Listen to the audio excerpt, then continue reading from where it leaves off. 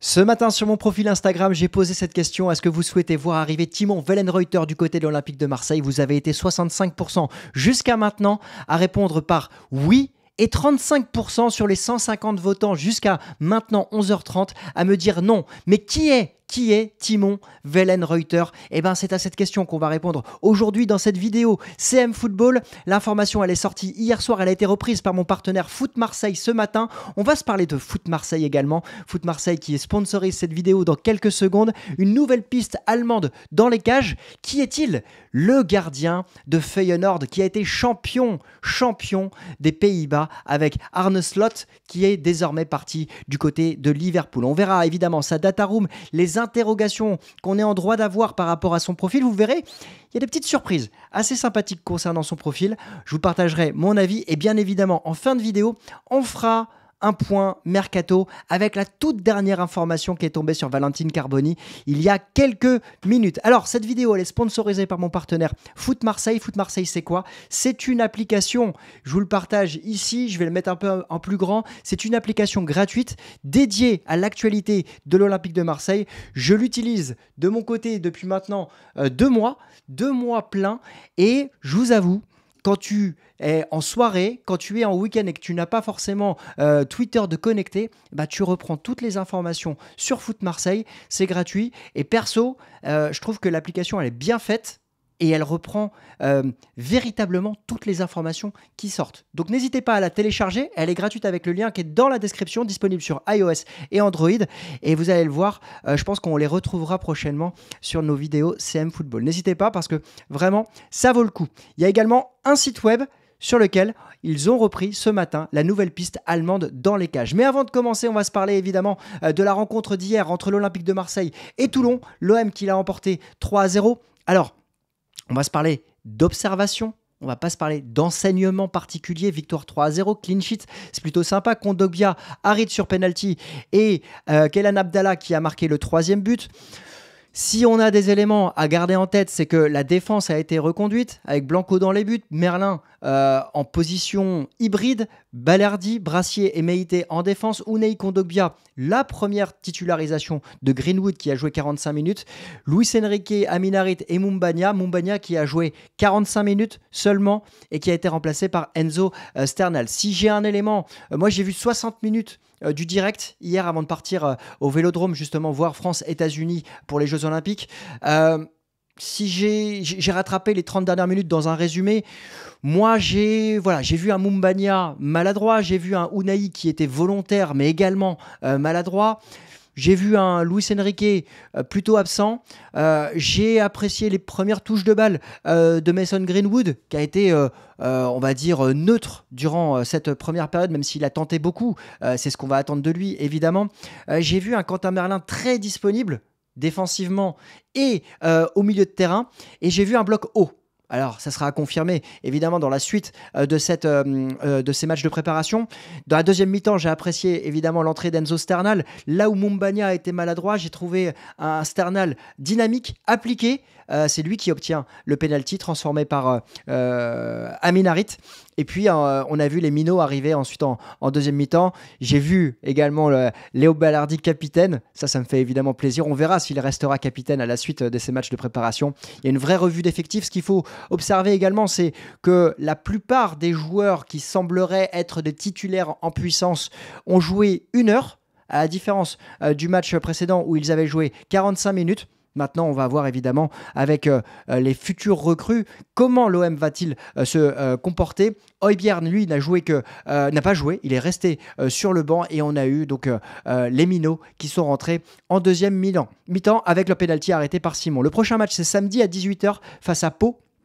Et ensuite, maintenant, l'OM va disputer un match par semaine en espérant voir de nouvelles recrues intégrer cet Olympique de Marseille. C'est ce qu'on attend avec impatience parce que vous allez le voir dans le point mercato, il y a beaucoup d'attentes qui sont annoncées du côté de la Provence. Alors l'information, elle est tombée hier soir sur le coup de 20h15. C'est Matteo Moretto, un des relais principaux de l'Olympique de Marseille. C'est pour ça qu'il va falloir aussi observer si cette information, elle est pas là pour nous faire travailler d'autres pistes en sous-marin. Matteo Moretto, qui a annoncé en exclusivité que Marseille souhaite recruter Timon Wellenreuter, le portier de Feyenoord. Ça a été repris évidemment dans la foulée par Fabrizio Romano, un des autres relais évidemment de l'Olympique de Marseille.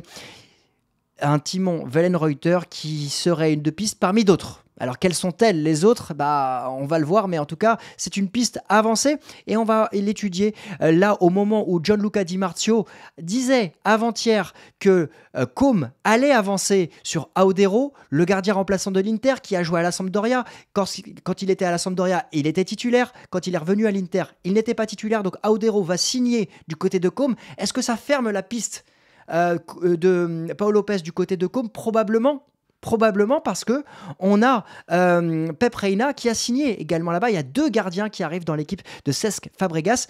Donc, point d'interrogation dont on parlera juste après. On a un Timon Wellenreuter qui a 28 ans. Il va avoir 29 ans en décembre prochain. Il est allemand. Il mesure 1m88, droitier. Il fait partie de l'agence Sports Excellence.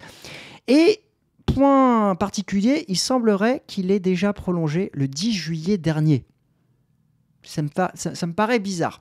Ça me paraît bizarre cette information, mais Transfermarkt est réputé très fiable parmi les joueurs qui sont dans son agence.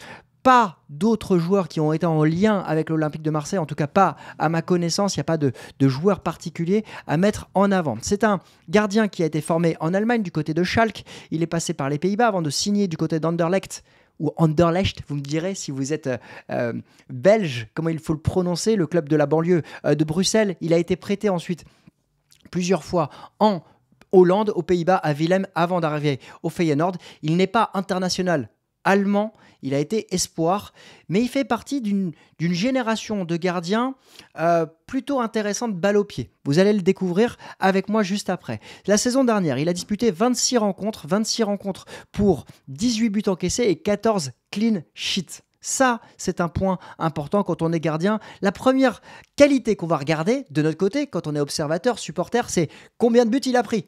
Et là, on a un très bon pourcentage. Et si on va dans les stats avancées de l'international espoir allemand, il fait partie des très bons gardiens de Eredivisie, du championnat des Pays-Bas. 73% de ballons sauvés d'arrêt. Il fait partie des 19% des gardiens les meilleurs aux Pays-Bas. 0,68 buts concédés par 90 minutes, c'est-à-dire qu'il fait partie des 8% des meilleurs gardiens aux Pays-Bas. Et 57% de clean sheet, clairement, il est top 1 ou top 2 sur cet attribut-là. C'est un point important et c'est une vraie qualité. Alors évidemment, la qualité, elle n'est pas à mettre qu'à son crédit, uniquement à lui. Il a profité évidemment de la blessure de Bijlo, le gardien international hollandais, pour le suppléer et disputer une grande partie de la saison. Il faut mettre ça aussi au crédit de la défense, mais c'est un point important puisque c'est le dernier rempart. Parmi les éléments que je voulais étudier, il fallait évidemment le prendre en considération à travers ce qui est attendu ou ce qui semble être attendu par Roberto De Zerbi. Et dans la vidéo qu'on avait fait d'analyse, le gardien est le premier relanceur et le premier élément avec la charnière centrale. Et on le voit ici sur ce schéma à Brighton, on a les centraux qui sont sur les côtés, on peut penser à Balardi et Brassier, et on a le 6 et le 8 qui sont juste devant, Højbjerg et Koné. Donc, on a déjà 4 des 5 joueurs qui sont présents du côté de l'Olympique de Marseille. Ça, c'est un élément positif, mais le premier relanceur, c'est le gardien. Et comment se comporte Timon Wellenreuter? Il fait partie de ces top 3 gardiens de Eredivisie qui jouent le plus haut. Regardez, sa hitmap est là où il touche le plus de pourcentage de ballons. Les 25% sont très intéressants. Il a une position moyenne autour des 20 mètres qui est très marquante pour le championnat des Pays-Bas et qui sied justement à ce que souhaiterait Roberto De Zerbi. Et parmi les images que j'ai pu voir et les études analytiques de ces stats que j'ai pu voir ce matin, il y a cette image qui fait un peu flipper. On se rappelle de Paul Lopez qui avait déjà joué dans cette position au milieu de terrain en phase offensive de l'Olympique de Marseille avec Sampaoli, même parfois avec Tudor. Wellenreuter s'est retrouvé ici, surtout c'est un gardien qui est assez agressif, qui est très haut et qui arrive à casser qui arrive à trouver des lignes de passe intéressantes pour casser les lignes, justement. Et ça, c'est des éléments qui ont été repris dans les différentes études tactiques que j'ai pu lire de lui ce matin. Wellenreuther joue très haut, il se positionne régulièrement dans les 16 mètres, il anticipe et il accompagne justement sa défense pour jouer très haut. Donc ça, c'est vraiment un point et une qualité que l'on se doit d'avoir sur Timo Wellenreuther. Et il a été champion également avec le Feyenoord. Donc, sur ces attributs-là, on a un gardien très fort. D'après les données aussi, Wellenreuther est le meilleur gardien de but des Pays-Bas lorsqu'il s'agit d'arrêter les centres. L'Allemand sort souvent de sa ligne de manière très agressive. Il faut aussi nuancer cette statistique puisque l'équipe de Feyenoord est celle qui a concédé le moins de centres cette saison aux Pays-Bas. Mais c'est un élément important, c'est-à-dire qu'il n'a pas peur, malgré ce que j'ai pu lire de lui. Certains disent de lui qu'il n'est pas assez grand, 1m88 pour un gardien. Je trouve qu'on est quand même dans une moyenne plutôt haute pour un gardien de but, même si certains culminent à plus d'1m90. Il n'a pas peur d'aller au duel et d'aller chercher les ballons hauts. Donc, sur ces éléments-là, il y a des points intéressants. On ne peut pas avoir évidemment une étude des plus précises pour un joueur, et je ne vous le cache pas, que j'ai découvert évidemment avec la piste lancée par Fabrizio Romano et Matteo Moretto hier, que donc j'ai étudié ce matin à travers différentes études. Il y a évidemment des points faibles qu'il conviendra d'observer le moment où il signera du côté de l'Olympique de Marseille. Mais en tout cas, moi j'ai plusieurs interrogations. La première, évidemment, c'est une question. J'ai pas la réponse. Je sais qu'il a joué en Belgique. Et si vous êtes supporter de Anderlecht ou si vous l'avez vu jouer avec Anderlecht la saison qu'il a passée là-bas, dites-moi s'il est francophone. Parce que ma première interrogation, c'est qu'un gardien étranger qui arrive va nécessairement avoir besoin de communiquer avec sa défense. Et dans cette défense, on sait qu'on a un Léo Balerdi qui est parfaitement bilingue aujourd'hui, on a un Brassier qui est français, on a un Højbjerg qui lui est danois mais anglophone et francophone, et on a un Koné qui lui parle très bien français avec ses sélections, enfin du fait qu'il soit canadien. Là, on a un gardien. Je me pose la question de savoir s'il parle français et dans cette communication, dans un poste clé, et je n'arrête pas de le répéter, dans une saison où on ne va avoir que 34 matchs à disputer, c'est une vraie interrogation. C'est une vraie interrogation. Après, sur sa capacité d'adaptation, c'est plus générique. J'ai envie de le voir arriver assez rapidement. En tout cas, j'ai envie d'avoir un gardien qui arrive assez rapidement, mais c'est la première interrogation. La deuxième, évidemment, elle est liée à ce poste clé, c'est quid de Pau Lopez ? On a Pau Lopez qui avait un accord avec Co, mais qui, semble-t-il, va se voir griller la politesse par Emile Audero, qui va signer du côté de Com. Donc, question, est-ce qu'on n'est pas reparti avec Pau Lopez pour une saison ? Il est dans le loft. Il a bossé avec Jorge Sampaoli. Il a travaillé avec Igor Tudor dans des systèmes où le gardien était un des premiers relanceurs, où il devait se situer très haut. Est-ce que vous gardez la porte ouverte pour Pau Lopez dans le système de Roberto De Zerbi ? On est à 24 jours, 23 jours, désormais 24 jours du début de la Ligue 1.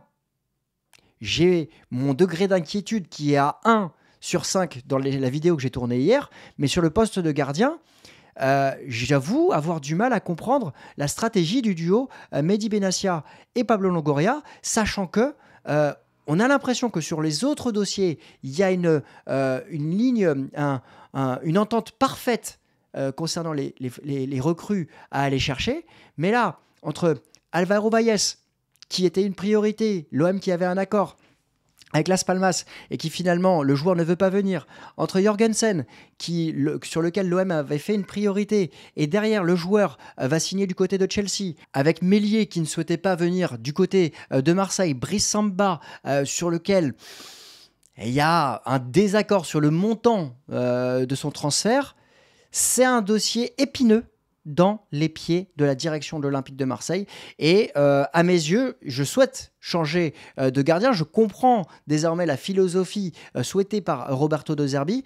Mais quand tu vois les pistes qui sont évoquées, j'ai hâte qu'on ait trouvé un nouveau gardien. C'est mon avis sur le sujet. Une belle surprise de voir Timo Wellenreuther par rapport à ce que j'ai pu découvrir de lui ce matin. Évidemment, c'est à nuancer à travers votre regard. Si vous suivez le Redivisie, n'hésitez pas à me le dire. Quel est son jeu au pied? On l'a étudié ici, mais est-ce qu'il a des faiblesses particulières à mettre en avant? Quelle est sa capacité d'adaptation également?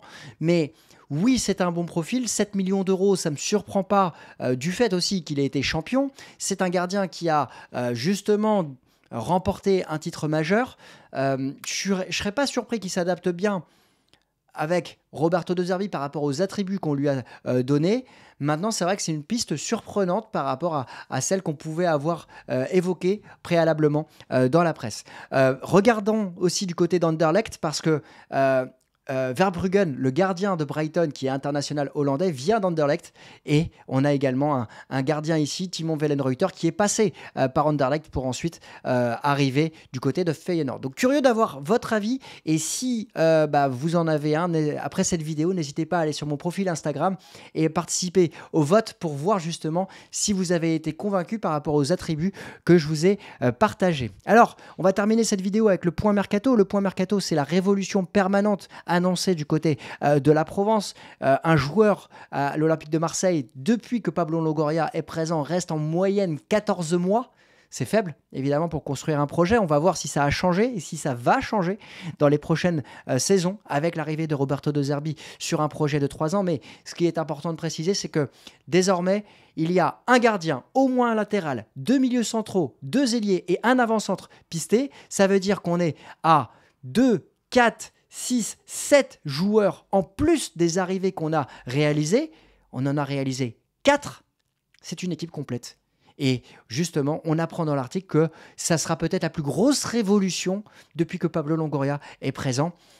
Il va falloir que les joueurs s'accommodent vite de cet Olympique de Marseille puisque le championnat reprend le 18 août prochain avec des diffuseurs qui sont désormais trouvés. Le dossier Alexis Sanchez est toujours poussé par Mehdi Benassia en interne. Il est lié évidemment aux extra-communautaires. Les extra-communautaires, vous m'avez posé la question, je vous ai répondu en commentaire sur les modalités pour être extra-communautaire ou ne pas l'être en tout cas. Dossier qu'on va suivre avec attention. Il y a Eddie Nketiah qui a joué la nuit dernière avec Arsenal. Il a disputé 63 minutes, il n'a pas marqué, c'était contre Bournemouth. Ils ont fait match nul, un but partout. Il était capitaine d'Arsenal et il a été remplacé par Gabriel Jesus. On va suivre évidemment le dénouement de ce dossier et la dernière info, elle est tombée juste avant que je commence à tourner la vidéo. Des nouvelles discussions sont prévues avec l'Inter. C'est Foot Marseille qui reprenait l'information de Nico Schiera mais également de la Gazzetta qui annonce que l'Inter est désormais ouverte à un prêt sec du joueur et on le sait, c'est une des priorités, one of the top targets de Roberto De Zerbi. Donc je ne vais pas vous dire que j'ai travaillé la vidéo, je ne vais pas vous dire que quelque chose est prêt parce que semble-t-il pour certains, je vous ai fait rire à ce sujet, quand j'ai quelque chose de préparé ça ne sort pas, donc on se retrouvera probablement pour parler de l'actualité du mercato de l'Olympique de Marseille si un des joueurs dont on a parlé vient à signer. En tout cas, je suis curieux d'avoir votre avis sur Timo Wellenreuther. N'hésitez pas à télécharger l'application Foot Marseille gratuite sur Android et iOS. Il y a également un site web vers lequel vous serez redirigé avec les liens qui sont dans la description. Dites-moi votre avis, dites-moi ce que vous attendez du mercato et quel est votre degré d'inquiétude. Voilà, on va peut-être faire un fil rouge là-dessus. Moi, je suis toujours à 1, mais sur le gardien, je commence à être à 2. Voilà, sur une échelle qui va de 1 à 5. 5 étant l'inquiétude maximale, 1 étant le calme avant la tempête. Voilà, je suis curieux d'avoir votre avis. N'hésitez pas à vous abonner, commenter, partager, liker. Merci pour votre force. Et je vous souhaite à tous une excellente journée. Je pense qu'on se retrouvera demain pour une prochaine vidéo sur l'actualité de l'Olympique de Marseille. Bonne journée les amis. Ciao.